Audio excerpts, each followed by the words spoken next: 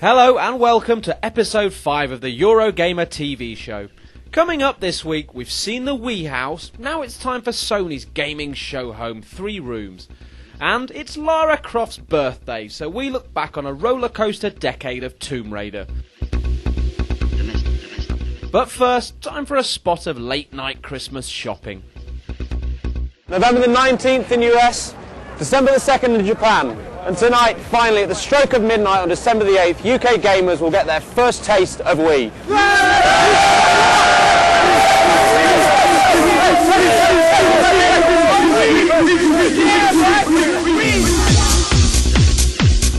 London's Oxford Street has become the spiritual home of console launches in the UK. Nintendo Wii is the latest bright young thing to step into the West End spotlight. HMV is playing host to the official launch event, where a haggard band of desperate gamers will be joined later by a swirling hornet's nest of paparazzi, hacks and celebrities. You ready? We arrive late afternoon, clutching our Access All Areas pass, and in just 5 hours the entire ground floor must transform into a theatre of Nintendo dreams. Initial manoeuvres are being carried out by those who clearly drew the short straw, but with the store not scheduled to close until 9:30 PM, preparations look set to go right down to the wire. Outside, the extreme makeover is already underway, but the expected queue of gamers is curiously absent. Turns out that a rather overzealous Metropolitan Police Force has banned people from lining up in front of the store and stuffed them down a filthy side alley. Merry Christmas to you too. Still, nothing can dampen the spirits of the Wii Brigade. Good job, given the alley appears to double as a tramp's toilet. I need a Wii! For those at the front of the queue, it's simply a further test of their hardcore endurance, a badge of honour. One which first-placed Marwan wears with bleary-eyed pride. So you're first in the queue. When did you have to start queuing to be here? I came Tuesday, 5 PM. And what made you want to get here this early to get Wii? I just really wanted it that bad. Like everything about it just makes me. I just really wanted it, and I wanted to come out for the experience, because console launches don't come really often. Every 6 years. I wanted to just be first, be a part of it. What would you say to people that walk past these sort of things and see people queuing for days outside shops, thinking that's just weird? Yeah, it is. Like the HMV staff, they kept coming back every morning. It was like, geeks, and I was just like, yeah, whatever, I don't care. I'm getting a Wii. You're not. Is this guy the real deal? How many people do you know who play the Ocarina?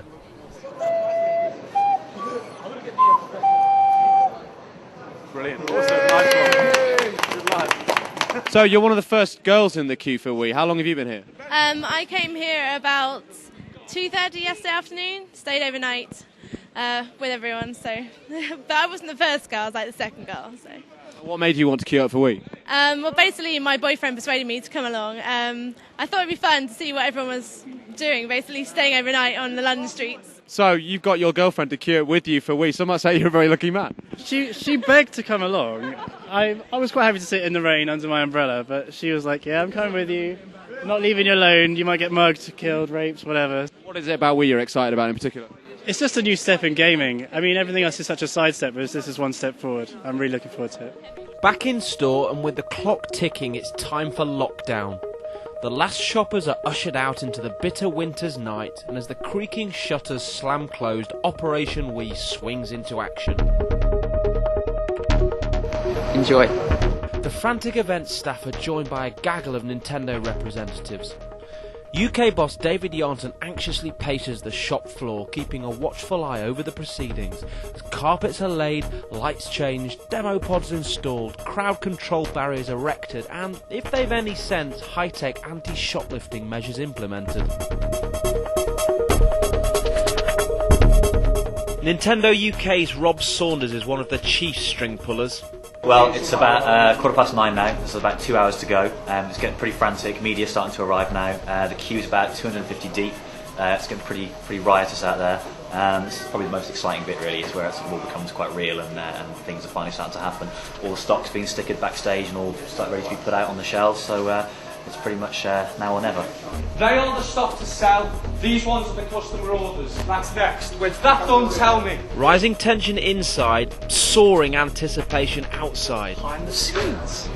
The 200 early birds whose patience will be rewarded at midnight are escorted from their fetid hideaway back into the limelight front of stage. Journalists and camera crews swoop vulture-like on the queue, the feeding frenzy affording these wide-eyed loyalists their 15 minutes in the media spotlight. David Yarnton emerges to engage with his newest customers. There's a real buzz to the proceedings, a genuine sense of occasion building. And the event's host reveals that interest from the general public has been equally intense all day. By 4 o'clock today, they've just had 1,200 phone calls. Pretty much all from people desperate to get hold of a Wii, so I think you always get one or two things every year. They've got that must-have Christmas present status, and I think in the last couple of weeks Wii has really picked up one of those, must-have accolades. Here on the shop floor of HMV's flagship Oxford Street Central London store, the doors will be swinging open in a little over half an hour's time. All around is a frenzy of activity as final preparations are being made for the big event. Finally, the big moment arrives. The doors rise and the media, like the gamers, are penned in behind railings, awaiting the arrival of, and here's where it all gets rather surreal, the Wii bus. When it finally pulls up outside, the scene is, somewhat appropriately, pure pantomime.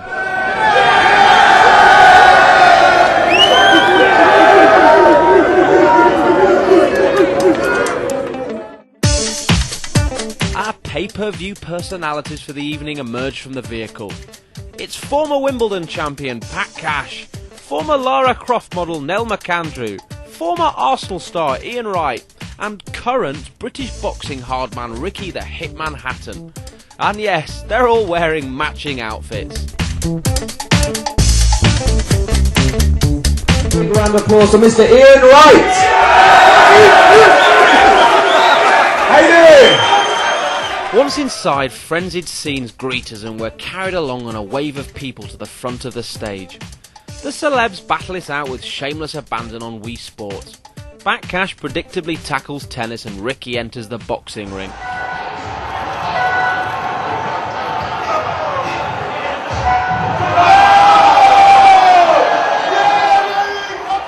Wright calls Wii owner number 1 Marwan onto the stage for an interview and manages to expose his own startling lack of gaming credentials in the process. What's that? What is that? Is that like a fighting game? Zelda, a fighting game. The crowd is unamused. Zelda!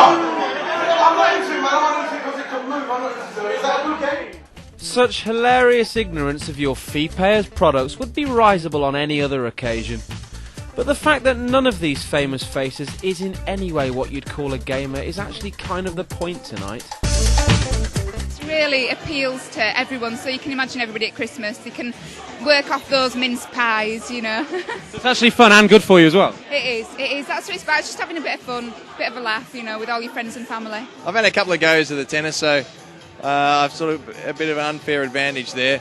But it was good. I mean, you had to swing properly. The harder you swing, the faster the shot goes in tennis. Are you much a gamer of yourself, or is this something that appeals to you that you wouldn't necessarily go near? No, I don't really go on computers, but to be personally honest, I wouldn't mind going on that a little bit more often because you feel like you're involved, really. There's one thing sat on the settee just playing about with a joystick, but you feel like you're actually throwing the punches. After this sideshow, the countdown to midnight and final rush to the tills reminds the media why it's really here. A photo opportunity. Having spent 50 hours queuing in a dark alleyway, Marwan revels in his big moment. But it's clear the real thrills will come when he finally gets the system home. You finally got it in your hands now. How does it feel? It's amazing. I can't believe it's come true. My dream has come true. You've been here since Tuesday. How's the wait been worth it? It's so worth it. I'm so glad I've got it. I'm so glad. Over the moon. I'm speechless. We've heard you play your Ocarina. We've seen the T-shirt. We know you're a big Zelda fan. So you're looking forward to getting home and playing Twilight Princess? Yeah, I'm gonna play it till I pass out. Marwan's face will be splashed all over the national press tomorrow, which will make someone else we know rather happy too. The first Wii's just been sold. There's great excitement here. What's your assessment of it? I'm exhausted because, as you say, excitement's been fantastic. But what's been really good, I was walking up and down the queues outside beforehand, and just the people there were so passionate and so excited, and just good fun. They just had a really good buzz about it. It just everything felt right. And so the evening concludes on a raucous high and with an audible sigh from Nintendo and HMV. We did it. The following day and remnants of last night's launch have been literally swept away as the Christmas shopping riot resumes. So here we are, it's the morning after the big night before, and we're back on Oxford Street outside HMV to gauge the post-launch reaction. But before we go in-store, let's take a look at what some of the papers made of last night's festivities. The Daily Telegraph goes with desperate gamers queuing to the wee small hours. Very clever pun for a very clever broadsheet. A full-page splash in the Daily Star. Gamers were bursting for a Wii, with a picture of Marwan at the front of the HMV queue yesterday. In the London Light, after 48 hours, we made it at last. Again, with pictures of the frenzy outside HMV. In the Metro, Nintendo fans get into a wee bit of trouble. Pictures of the store, but with reference to the fact that the police actually broke up queues early on yesterday, fearing for trouble. In the Sun, queue for Wii at midnight, again with pictures of the guys queuing up who queued up for days outside. And finally, a more negative view from the London Evening Standard. Nintendo, we have a problem as console launchers, with suggestions that the launch was marred because the revolutionary remote controller is flying out of users' hands and smashing TV screens. A reference, of course, to Nintendo President Satoru Iwata's remarks that this has been causing them trouble post-launch in other territories. In store, the media scrum is long gone and customers are now queuing patiently to take Wii for a spin. We're pretty sure none of these people has been queuing here since Tuesday, so in the cold light of day, and with the fanboys safely locked away in their gaming dungeons, what's the verdict from Average Joe? Oh, it's awesome, yeah, I really liked it, it was really good. And have you managed to get one? No, I haven't, I'm actually thinking about buying one. So this is the first time that I played on it, so I've heard a lot about it and I thought I'd just try it out. Just completely different to any other console I've played before, isn't it? Completely unique.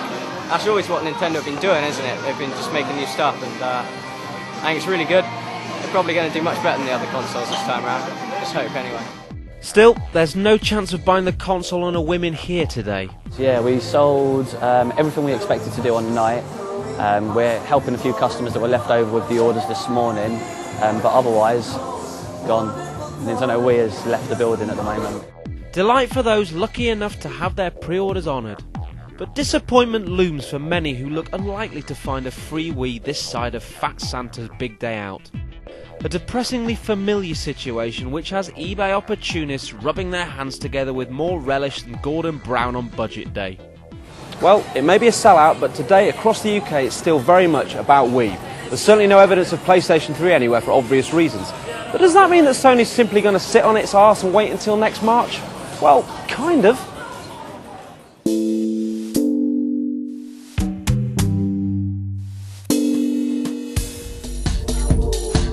And what comfier place to plant your arse than here? So, what do you do when your rivals' consoles are already available and you want to keep consumers thinking your system is the one worth waiting for? Well, with PlayStation 3 delayed until March in Europe, this is precisely the question currently facing Sony. Its answer? To create the ultimate high-tech living space.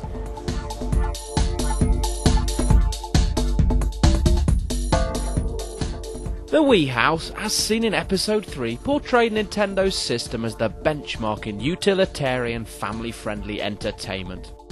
Just a few miles away in East London, Sony's rival vision is a bohemian playground of opulent high-tech living with PlayStation 3 at the core. Sony has pitched its PlayStation project all along as an aspirational lifestyle brand, and has sold over 200 million consoles in the process, so go figure. But the problem it faces with PS3 is the huge price tag attached to Sony's future-proofed entertainment system and the strength of the competition, which is the whole point of this rather luxurious enterprise. Set to run right up to the European launch next March, 3 Rooms gave us an opportunity to spend some quality time with a range of PS3 titles. Motorstorm, Genji, Formula 1 and Lair are all on display, plus a range of downloadable games to show off the online potential of the console.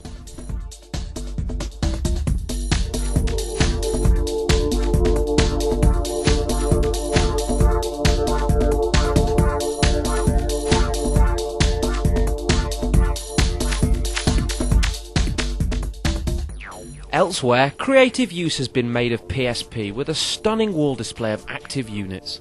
More consoles than there are good games, the cynic might observe. And you can even tune into location TV in the toilet as you take the weight off your bowels. The perfect marriage of style and functionality. Such fripperies aside, Sony is using the space to talk visitors through PlayStation 3's interface to show us long-suffering Europeans how the console can become the epicenter of home entertainment. With a PSP, camera and iPod connected via PS3's plethora of ports, we're shown how photos can be quickly uploaded, accessed and manipulated.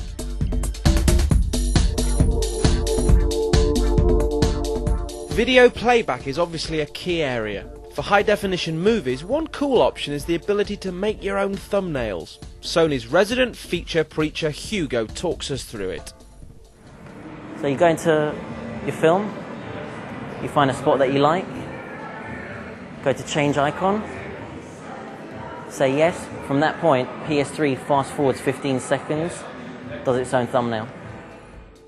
Hardly life-changing, but a nice touch nonetheless. As is the case with internet browsing, which lets you switch between up to 7 windows at once. And with the community features on top, Sony is desperate to convince us that we should save our cash until next March, rather than giving in to the temptations of rival systems. We're just trying to get that whole message that it's a community online, and once we get Europe launched, then it's just going to be like just one massive party just for everyone to join in and just have some fun. To hammer the point home, remote play is demoed. PSP and PS3 working together in perfect harmony. Everything you can do on your PS3, you can do through your PSP, except for playing the games. And that means watching movies, viewing pictures, browsing the net and logging into your user account. It's slick stuff and something a lucky but currently limited number of US and Japanese gamers are already enjoying. And one which you can experience for yourself. We've teamed up with Sony to give one viewer and a friend the chance to visit 3 Rooms and spend an entire day checking out PlayStation 3's biggest games ahead of the launch next March. To enter, simply answer the following question. What's the formal name of Sony's PS3 controller? Is it A. DualShock 3, B. 6-axis, or C. 3-mote? Send your answers to compose@eurogamer.net. The competition is open to UK residents only, you'll need to make your own way to London and the editor's decision is final. Good luck! Now, if you don't mind, we're going to retire to the lounge to make ourselves comfortable for the final part of this week's show.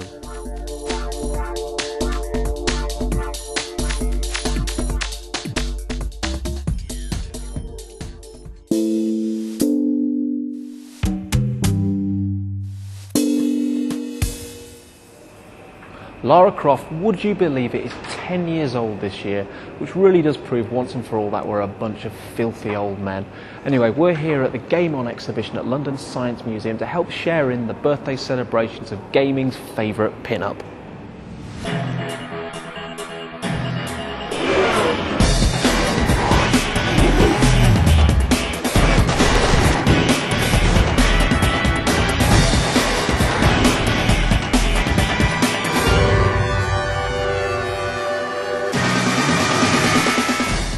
When Toby Gard sketched the original designs for a brand new video game character over a decade ago, little did he know that he had created one of the most enduring and profitable gaming icons in history. Which he probably wishes he had done, since he promptly left core design after the first Tomb Raider. Let's look at the facts. Since she first ran out in that trademark shorts and vest combo on Sega Saturn in 1996, all the way to her resurrection this year in Tomb Raider Legend, Lara has shifted a total of 30 million games worldwide, with total sales worth a staggering $1 billion. And that's not including Lara's two big screen ventures, brought to life by devastating screen siren Angelina Jolie. Tomb Raider and sequel Cradle of Life netted a chest-swelling $430 million. This billion-dollar beauty is also credited with playing a pivotal role in PlayStation's dramatic ascendancy in the late 90s, in the process becoming something far greater than a simple gaming phenomenon. Adorning lifestyle magazine covers, fronting major ad campaigns, launching the careers of numerous top models, including one we really could have done without, and being named by the BBC as one of the great design icons of the 20th century, Lara dared to go where no gaming character had, or could have, gone before. Unfortunately, with 2003's abysmal Angel of Darkness, that meant disappearing up her own arse while dragging the series straight down the toilet. Quite a feat. As a result, Tomb Raider suffered a humiliating critical blow few believe Miss Croft would recover from. But recover she did, and in her 10th year, Tomb Raider Legends' Back to Basics revival was successful enough to prove her army of fans aren't ready to desert their heroine just yet. To commemorate this landmark decade in the spotlight, industry veteran Ian Livingston hosted a celebration of Lara at Game On, the impressively comprehensive exhibition of video games history and culture currently running at London's Science Museum. So, how would he account for Lara Croft's enduring appeal? Well, historically games have been played by children, and the characters that were popular were all cutesy, fluffy little things. And Tomb Raider, Lara Croft was the very first character aimed at a more mature audience, because the children who were playing the cutesy games hadn't stopped playing them, they just got older. And I suppose that Lara Croft was perhaps the first virtual character that gamers actually fall in love with. What would you rather look at when you're a hot-blooded teenager or a young adult? You know, a hedgehog, a plumber, or Lara Croft's bum? For me, it's a no-brainer. And the universal appeal of the character has created a long-term franchise that's the closest the games industry has got to the movie industry's most enduring action hero. Well, once you've survived a certain period of time, you become part of the culture and part of people's awareness. And rather like James Bond has survived 40 years in movies, Lara Croft has survived 10 years in gaming, and there's no reason why she shouldn't survive another 10 years. And for every actor who's played Bond, there's been an aspiring model desperate to squeeze into Lara's skimpy shorts. People like to see Lara Croft in the human form, so we decided way back when to have a girl to represent Lara in the human form. Nell McAndrew was an unknown model before she became Lara Croft. Regular viewers will recall we hooked up with current Lara model Karima earlier this year. Boy, did we hit it off. On PS1 there were 5 games in as many years. The public couldn't get enough of it. Or so everyone thought. Unfortunately, by the time we got into Angel of Darkness, this is the very first time Core had been asked to do the game on PlayStation 2, and the team was perhaps tired, maybe even burnt out from having done so many successful titles year on year under huge pressure. So we thought it'd be best for everybody if we tried somebody else, a fresh start.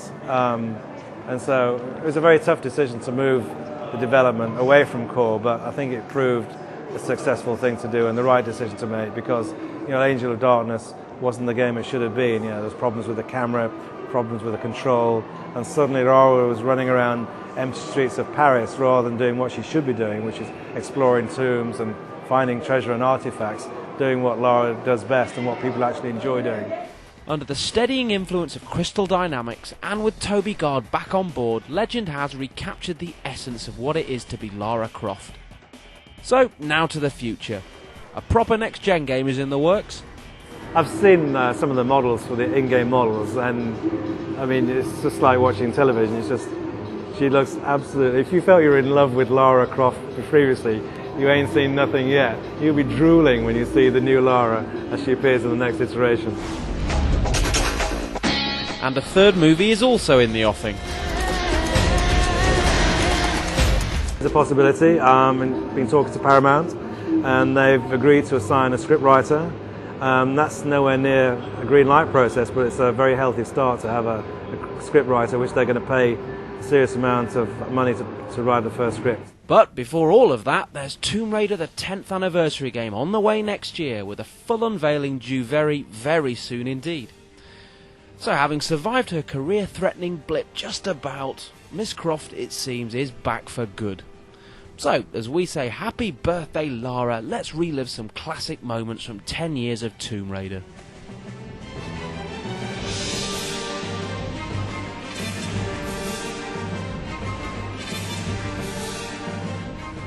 That's all for this week, and indeed this year.